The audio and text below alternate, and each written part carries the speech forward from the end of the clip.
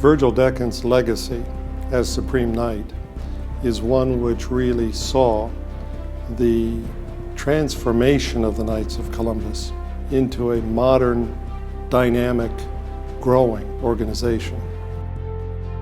My experience working for him, I think, was very fulfilling. My career there lasted 53 years. And when he came into the office, he was 37, as I recall it. I could see immediately that his future was bright with the order. He had a knack for realizing what the order needed at that particular time, both in membership and in insurance.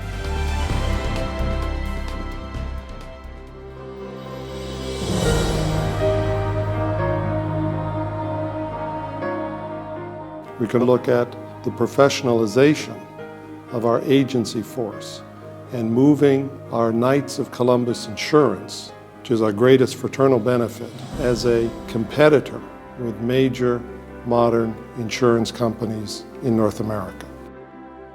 I witnessed the growth of that insurance operation from what it was to what it became. And we did an awful lot of things to make our insurance program much more attractive than it had been.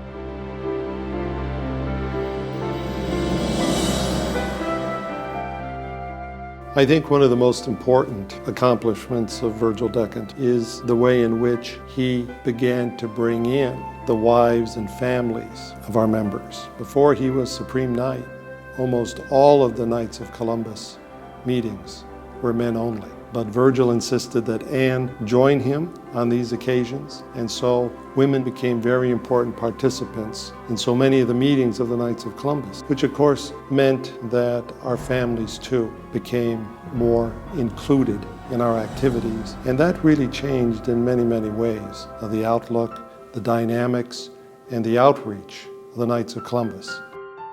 Virgil recognized that Vatican II was looking for more involvement of the laity, and he saw that as a perfect opportunity to bring the councils into parish halls. And I think it worked very effectively because membership took off. More new councils were being established than had been done over the past years prior to his time.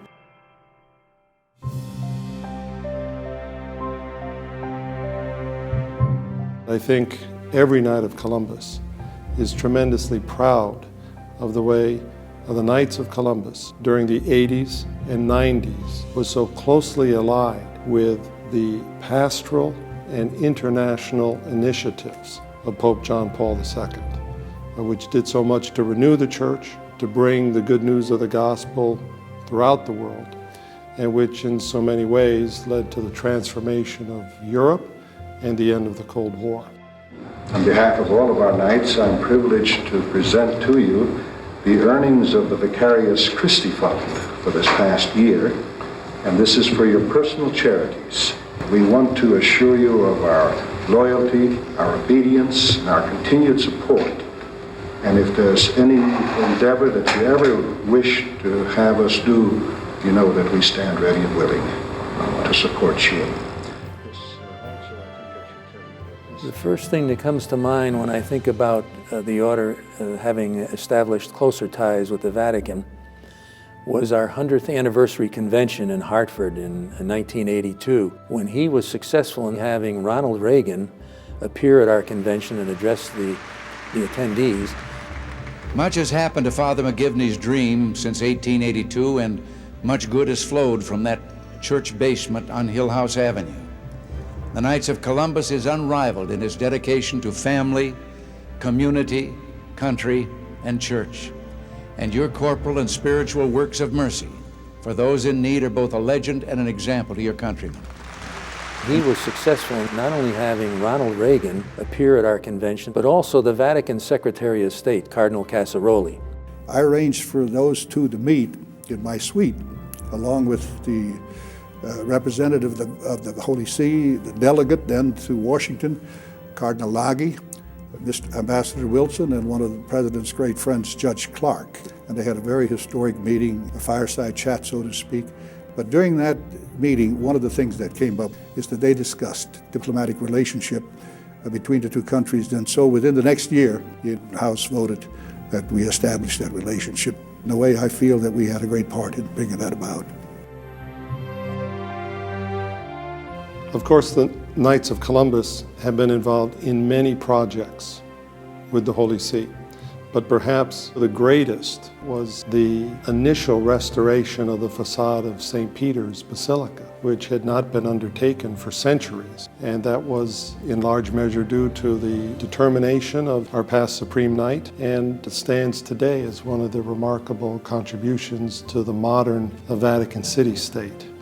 It hadn't been touched in 450 years, and it was in terrible shape. So we undertook that project. It took us better than 2 years, and the Holy Father was most appreciative of it. And then the word came down to us that the Holy Father wanted to build this chapel in honor of St. Benedict, Cyril, and Methodius. So we seized the opportunity and we built the chapel near the tomb of St. Peter. But another highlight was when we were preparing for the millennium, we took an opportunity there to restore the atrium of the basilica.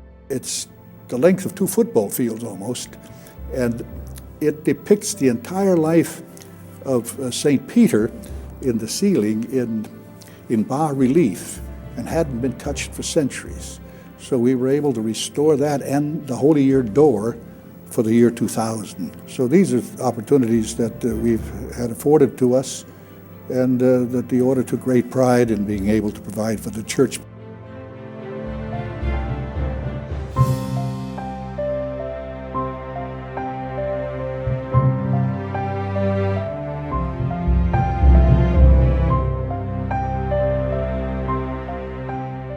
One of our programs is to assist the Holy Father in evangelizing. We started in 1975. It's a program whereby we worked with RAI, the Italian television network, to uplink Vatican programs to the Intelsat's program.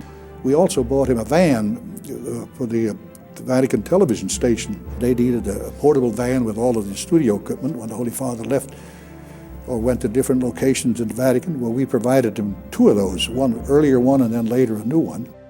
Our work to bring to the globe the message of the Holy Father through our careful work, our close collaboration with the Pontifical Council for Social Communications to make sure that the Holy Father's Midnight Mass, the Easter services, and many of his events for beatifications in different parts of the world, World Youth Day, World Meetings of Families, were brought to regions of the world that otherwise would not have been able to share and participate in these great trips by the Holy Father.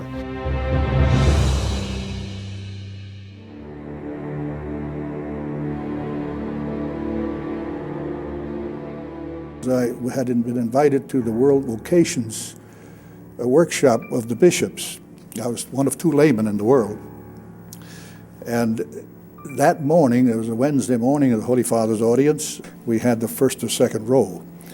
And we were sitting there waiting for the Holy Father, and all of a sudden the shots went off. The pigeons were flying all over the square, and it was a stunned silence then, all of a sudden. The gates were locked when the Holy Father, when they took him out, but with the count and all, we went back to visit with the Holy Father's great friend and the Order's great friend, Cardinal Descours. And so we went to see him, and there were all the Polish sisters, all the ones from the Pope's household came over because they took care of the Cardinal also. And we sat there listening to a little radio, whether the Holy Father would survive. You know, there was just doom and gloom in that room with this Pope. Everybody was shocked. And then all of a sudden, the Cardinal looked up, and he, above his desk, little desk where he had the radio, he had Our Lady of Czestochowa, and he said, "Today is the feast of Fatima. She'll save him." And the sisters became joyous. I mean, they were relieved, and I never saw such faith.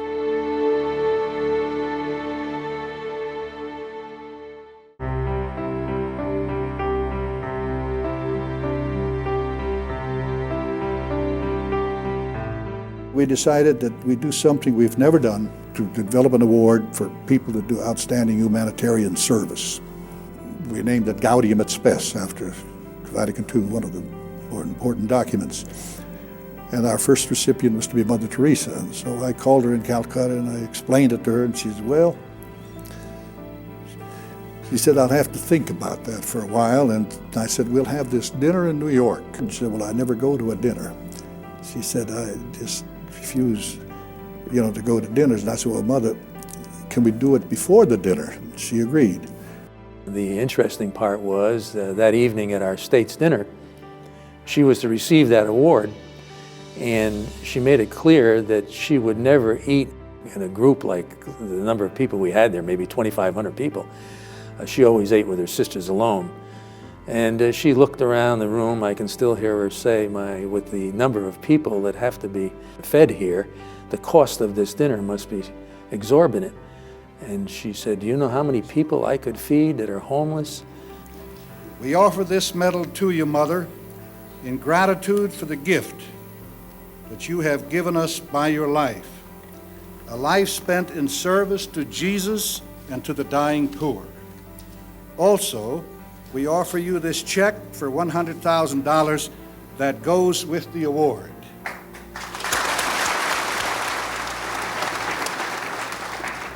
In addition, knowing your wish that dinners in your honor not be held, but rather that the cost of such dinners be given to the poor, our board of directors voted yesterday to give you an additional check tomorrow equal to the cost of this 110th annual States Dinner that will begin after this ceremony. Everything that he had done was to further what the original founding fathers thought that the order represented, charity, unity, fraternity, and patriotism. He took every one of those principles and advanced them by things that he had done during his time in office. Also, elevating the relationship of the Knights of Columbus with our bishops, our priests, our bishops' conferences, and especially with the Holy See and the Pope. This is one of the great achievements of our past Supreme Knight, Virgil Dechant. The Knights of Columbus is a much different organization today than it was years ago, thanks to Virgil Dechant's commitment